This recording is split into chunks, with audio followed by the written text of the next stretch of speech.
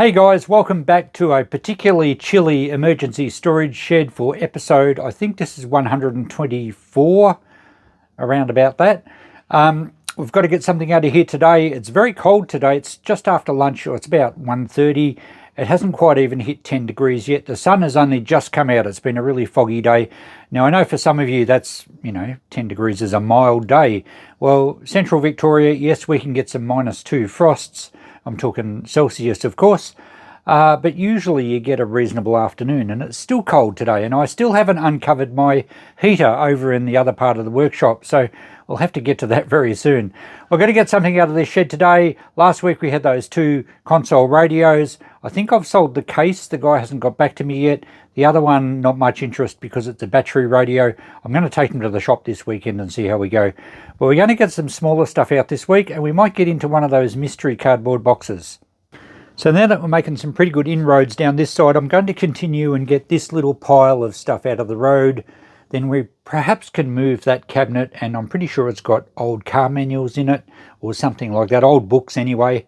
And once we get that cleared, we might look at assembling this old cast iron mangle. It's a large one. It's in excellent condition. I didn't pull it apart. I purchased it from people when I was cleaning out a shed of theirs, and they were decluttering actually, and apparently some family member was doing a project of this and it never got reassembled. So I'm not sure if it's been repainted or it was just in very good condition in the first place and it got pulled apart. Hopefully all the bits are there. Anyway, today we might tackle this thing, computer something or other. It's branded Bocker. Now, Bob from Tassie did a quick check and thought it might have been some sort of, I don't remember what he said now, a ticketing machine or something.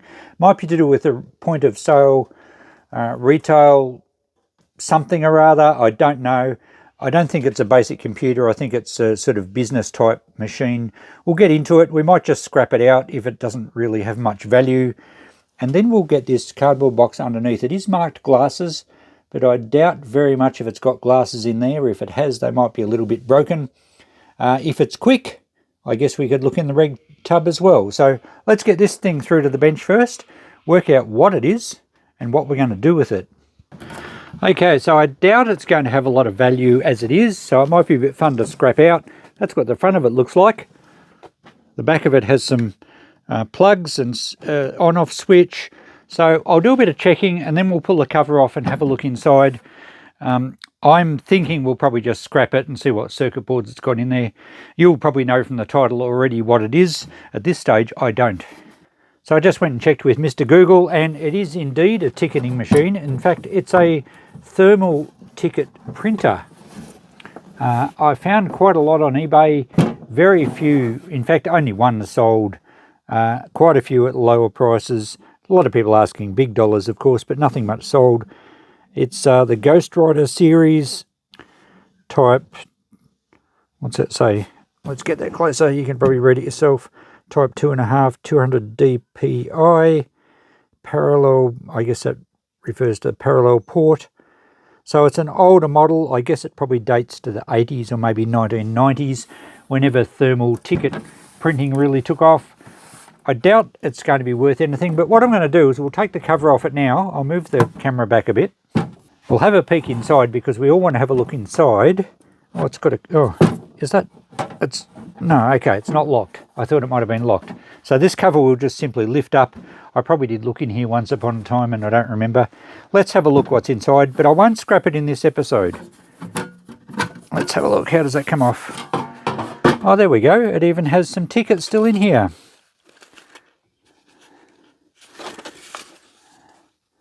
Look at that. OS tickets. So that's the back. I don't suppose there's any been printed. So you would have put these blanks in here, I suppose. And it printed the details on the front. So this must be thermal paper. And it looks probably no good now. It's a bit of aluminium in here. Aluminium shielding. There's a circuit board back in behind there. A little drive motor thing here. That's a large toroidal transformer. So there's a fair bit of copper windings in that. A stepper motor there. So it's quite a nice piece of equipment. But from what I saw, they're not really sought after. None of them sold on eBay except one, as I said, and that was in the States. There's not a lot of scrap value, a bit of aluminium, a motor and a circuit board in there that looks like it's probably an okay board. I think it's got some chips in it. Probably not going to be able to see in there very well. What I'm going to do is I'll leave it sit for now. If anyone wants it, they can have it for $20. I won't post it though, so you need to be local. And if I don't get any takers, I will scrap it out. We might as well film that probably next episode. I'm going to get that toroidal transformer is probably going to be a few dollars worth. The motor I may even keep to use. A little bit of wiring and a large circuit board. Look, there's probably less than $10 scrap. Probably only about $5 scrap. However, it's fun to pull them apart. But if anyone wants it, they can have it for $20 as it is. And we shall just put it aside for now. So what value will we write on it? I don't know. Let's write down $10. In fact, what I'll do, put that back in there. I'll say if anyone wants it for $10, they can have it. Otherwise, I'll scrap it out next episode. So there we go. A thermal printer ticket machine. Let's go and get that cardboard box that said glasses and see exactly what's in that. Okay, well, it's definitely not glasses. It's quite heavy. I think it's books. It feels like books. But what sort of books? Oh, there's a square foot from the ticketing machine. I'll keep those because I'm often looking for little rubber feet. Let's get the camera closer and see what sort of books we got. Oh, and I just noticed a label here, Walkabout, which was a magazine, an Australian magazine, 1959 to 1965. I wonder if that's actually what's in it. Whoa, I think it is. Look at that. Walkabout, Australia's Way of Life magazine. Price 2 and 6, 2 shillings and 6pence, which was, what, about 25 cents? January 1964, Australia changed to decimal currency in 1966, February 1966. So this is in the old money. A little bit of nibbling from some silverfish or insects. But pretty good large magazines. Here we go. So it's not only Australia's way of life, it reflects on New Guinea, a bit about Aboriginals. Oh, there's all sorts. Oh, so there's lots of international stuff as well, but driving the Nullarbor, which is the big desert area in Australia, Tasmania's toughest peak. Lots of mountains down in Tasmania. How Handorf was founded. Handorf is a little village in South Australia, mostly sort of German influence, quite touristy now. The Eureka Rebellion was in Ballarat in the goldfields back in the 1850s, where the miners rebelled against the state control or the police of the time. I think there was a big issue regarding miners' rights and mining, the cost of a miner's license, and a lot of the guys were pretty well living on next to nothing and not finding any gold, and they were forced to pay huge miners' rights, something like that. 1964, I think these are all 64, must be the whole series, July, August, September. They're all in date order too. So these are in great condition. What are we going to do with them? Sometimes you can get some really good adverts. There's an advertisement for Qantas, Australia's airline, BP. Some of this stuff is really good, and they're big ads. Some of them are really good to frame, but it's kind of a shame to cut the magazines up. And of course the articles. Bit of showbiz stuff by the looks of it. Pioneers. Indigenous information. Outback. Some treks. Probably documenting some of the explorers. So TAA. So that's an Australian airline that is no more. So all sorts of cool stuff. These are in really good condition. We've just got to work out what we're going to do with them. So we've got the whole, yeah, well obviously the box was right. There's the whole list. They're all bagged up into years by the looks of them. January 61, July 61, they're probably in 6 monthly lots. Okay, I'll have to do some checking to see if they're worth selling online. I don't think they will be. But what am I going to do with them? Well, I could try and sell them through the shop, but I don't think I'll get a lot for them. Still, that's probably the way I'll go. I don't want to cut them up for the adverts. I don't have time to do that anyway. Let's go back to the older ones. 1960 down here. This must be 1959 down the bottom. There we go, 1959. So that's the oldest one. Some great ads, as I said. P&O Cruises. Okay, alright, I better do some checking on these. We'll come up with a figure for them. I might even sell them as one box lot. We'll have to work that out. And we get to have a look in that red crate next then. I have just done some checking online and I've sorted all these magazines out. Every one of them is here from January 1959, so that's all 1959. All the 1960s issues, 61, 62, and obviously at some stage through 1962 they changed to a slightly larger format. All of 63 and all of 64. So we have a complete set between those years.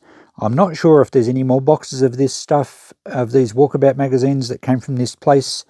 I do remember a lot of boxes of books and I thought I'd been through them all, so this one had been obviously buried, put aside, or maybe there's more of them in this pile. What price am I going to do for them? Well, I did a bit of checking online.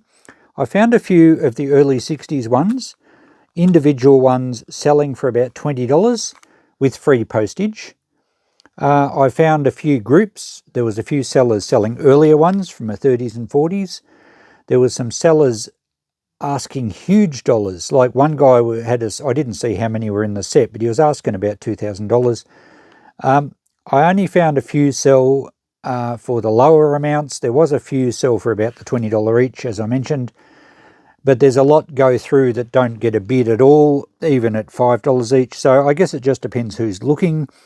And perhaps sometimes you can sell one based on a particular article in it, and sometimes people will buy that just for the article. I did look through for some adverts. There's some nice old Ford car adverts, and Shell, but they're not really good enough to cut out and frame up. You'd want to get, there's cigarette advertising, of course. You'd want to get pretty good money for a print cut out of one of these to cover your time as well, and for cover the annoyance of having to cut up in a magazine. I think I'm going to put these in the shop for something like, say, $5 each, but offer a discount if someone wants to get 6 months worth. That would be, say, $30. We might offer the 6 months worth at $20, maybe the whole year at $30. So if we did that, we'd have, what's that, 30 by 6 is 180. And if I wanted the whole lot, I'd do maybe 150. So that's what I'm thinking at this stage. They're not valuable enough to put on eBay. I couldn't be bothered posting them out for less than $20. But yeah, hopefully someone wants them in the shop. Okay, the red tub, and I can see what's in it, and it's a mixed bag. It's a bit of, it's certainly not glasses, but something's wrapped up in, it's a radio. There's an old, it's not even that old, just a hearth brush. Actually, it's a car washing one. It's got the hose fitting on the end. Might just use that around the shed. Looks like there's a camera and a bedside lamp and a hydraulic jack. Bit of everything. Let's get the, actually, I'll tilt the camera down and we'll have a look together. So there is an anodized aluminium bedside lamp.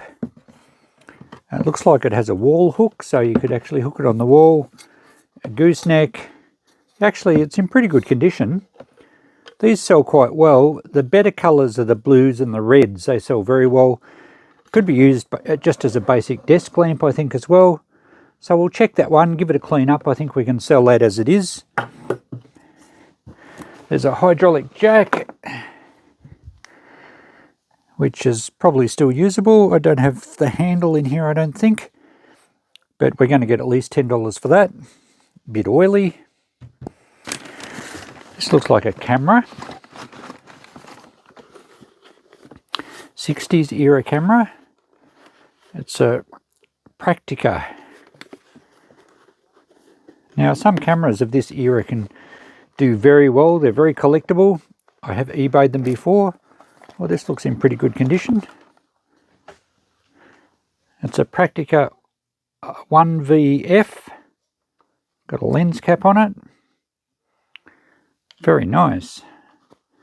Okay, I'll check that one out. That might be a good eBay item, that one. Camera's certainly a collectible. It's got the mount on the top for a flash. Okay, and it's leather, or imitation leather. It's probably real leather. Oh, it says made in Germany, leather and plastic. All right, okay, we'll check that one out though. That's a good find. Here we have another lamp, a little bit more modern, probably 1990s, maybe 80s.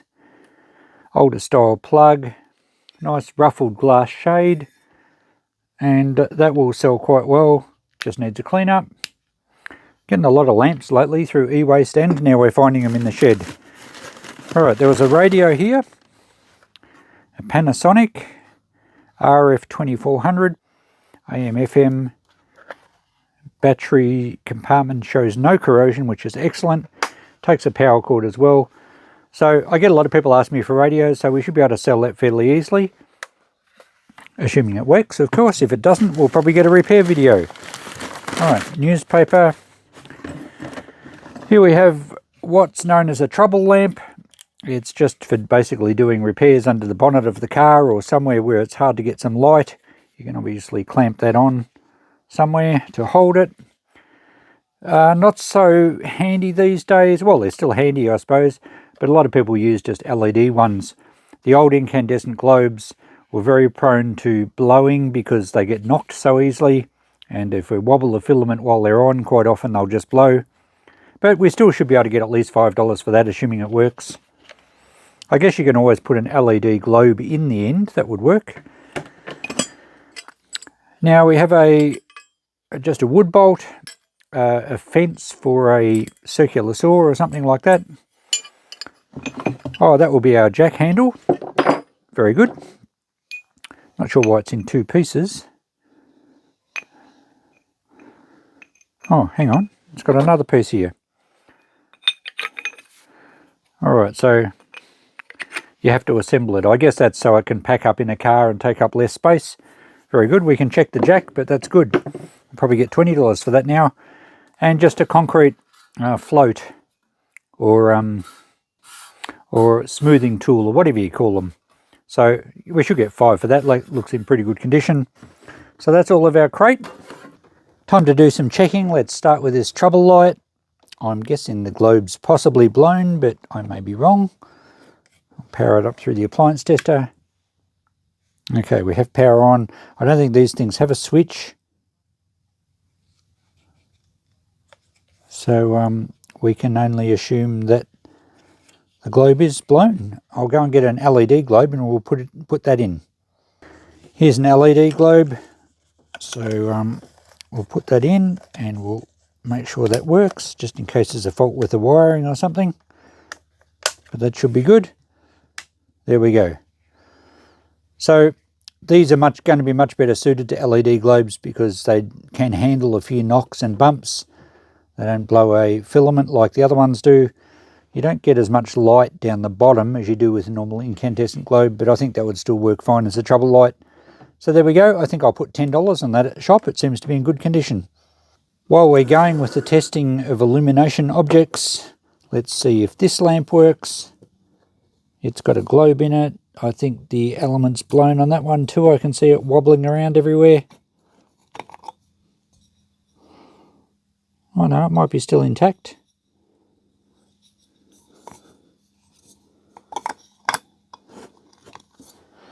I guess we'll plug it in and see what it does. There we go, it does work. So that just needs a clean up. Very good. 1960s anodized aluminium lamp. Should get probably $20 for that. And this more recent one has a globe in it as well. It's a smaller globe. Let's see if this one fires up. There we go, it does too. So that just needs a clean up as well. And quite an attractive desk lamp, I guess you'd call it. Could be a bedside lamp, reading lamp. I think probably $10 on that. The metal does look quite tarnished on the base. It'll clean up better, but yeah, I think we'll just go $10 on that one. Now this radio, I think these are pretty much a current model. Maybe they've been making them for a few years. I found a cord for it. So we'll see if it fires up. We're going to have interference here from the ring light and other switch mode power supplies in my shed that do cause a lot of interference, but we'll be able to tell if it's going to work all right.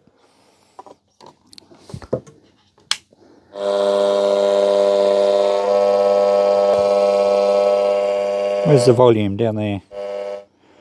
All right, so that sounds good in that there's no crackle on the volume when I move it. We're on AM at the moment. Can't pick up anything in here at the moment. Let's go to FM. I need to put the antenna up for FM.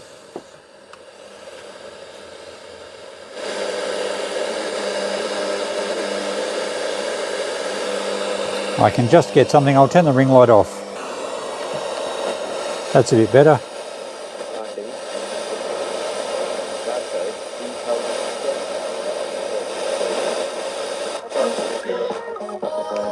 There we go, that works great. And no crackle in the volume, so that's in excellent condition. What's that one worth? Well, I found some online new for about $80 odd, so there must be still a current model. This one still works fine, doesn't appear to have any damage, a little bit scuffed in places, but I think we'll probably just put, I don't know, we should get $20 for that. These little portable radios are quite popular, and this one's in good working condition, so we'll go $20 on that. Got to keep them cheap so they sell. The camera I did a little bit of checking on, and they're a fairly common model. I found quite a few of them online, and I think because I can't really test it, I'm not going to go and buy film and see if it works and get the film developed. But it looks undamaged. I'm going to sell it as untested, and we'll put just $30 on it. I think it'll sell quite well through the shop. Anyone that knows their cameras will know what it's worth, but it's not a rare model. If it was, I'd consider eBaying it, but no, there was plenty on eBay and a lot of them weren't selling. Some sold for around 50 or so, but I'm going to put $30 on the shop. We'll see how we go. The only other thing I had to check out was this hydraulic jack, and I cleaned it up a bit. It was very oily, and I just gave it a bit of a wash down in petrol, and I could get it to jack up about an inch. This was a bit tight for a start, but once I got it moving, it was fine. But even with the valve closed there, it won't go up higher than an inch. So I think it's low in oil, and judging by how oily it was, it must have a leak perhaps out of this pump. I put it on the floor and I stood on it with all my weight, and it wouldn't go down. So I think the seals are okay in the actual ram. It probably just needs a top up with oil. So I'm going to put that in the shop for $10. I think it's a 5-ton jack. I reckon it'd be even worth, I think the top unscrews would be even worth putting new seals in it. But if it just needs a bit of a top up with oil, it's got the 3-piece handle, we should get $10 for that, no problems. I've just finished cleaning up these 2 lamps, and I thought I'll show you how they look when they're cleaned up. They actually came up very well indeed. So I reckon I'm going to up the price a little bit. I think we'll go 25 on the 60s retro one, and probably just 15 on the other one. But they look good, so I'll put them in the shop tomorrow along with everything else we've unpacked. We'll get the notepad out shortly. The only other things I haven't mentioned was this bolt's going to go in a box of bolts I have here. The fence bracket thingo is just going to go in the $1 box, and I think I'll put this car washing brush in the $1 box as well. So that's it. We've finished going through stuff today. Let's have a look at the notepad. So the facts and figures for this week look like this. A total of $220. Now I've estimated $100 for those Walkabout magazines. If we sold every one of them at $5, there'd be substantially more money there. Even the bulk deal for the lot, I've put a higher price than $100. So we've been quite conservative there. The ticket printer, well, if I don't get anyone local want to take it for $10, we're going to get kind of close to that because it's a decent transformer. There's a fair bit of aluminium, and it will be interesting to see what the board's like. But as I said, I will take 10 if someone wants it as is. The retro lamp, I was going to put 25. I ended up putting 20. Priced it this morning in the shop. It sold before lunchtime, so it's already gone. We've already got $20 back in the kitty. The camera and everything I just priced later today. So everything's now in the shop. We'll see how we go over the weekend, but we're going to achieve at least $200, I would imagine. Potentially a lot more, depending on how those magazines go. Now, the previous weeks, the console radios, I had a guy pretty keen on taking the empty cabinet for $20. He's doing some measurements of his radio and he's going to get back to me. I took them both to the shop this morning. So I did put them on Facebook Marketplace, and I've put them out the front of the shop at $20 each. So if we get $40 back, great. The TV I've only just set up in the shop today, so it hasn't had a chance to be exposed to any customers as yet. Although someone, I think it was Darren, said on my Facebook page he was interested, but he's been having trouble getting a message through to me, and I still haven't sent an email. So if you're watching this, Darren, send me an email is the best way, and if you're interested, we'll come to some arrangements. I did actually put $80 on it in the shop. Actually, $85 I think I put on it. But if you want it, Darren, we'll do it a little bit better than that. So there we go. Things are ticking along nicely. Another 3 boxes this week. Well, 2 boxes and a ticket machine out of the shed, and a bit of money potentially back into the kitty. So another successful episode of getting stuff out of the emergency storage shed. Right back at the start of this series, the aim was to get 1 box or something out of that shed every week. Sometimes we're doing a lot better than that. This week we got 2 boxes and the ticket machine. We've made our way to the floor out of that little stack. So next week we'll probably get into that cupboard and see if there are old workshop manuals in there. I know there's some old books of some kind. We'll work out what to do with them. We might get some eBay stock. We might get a fair bit of value pricing things out in the shop. We'll see how we go. Thanks for watching, guys. We'll catch you in the next episode. Bye for now.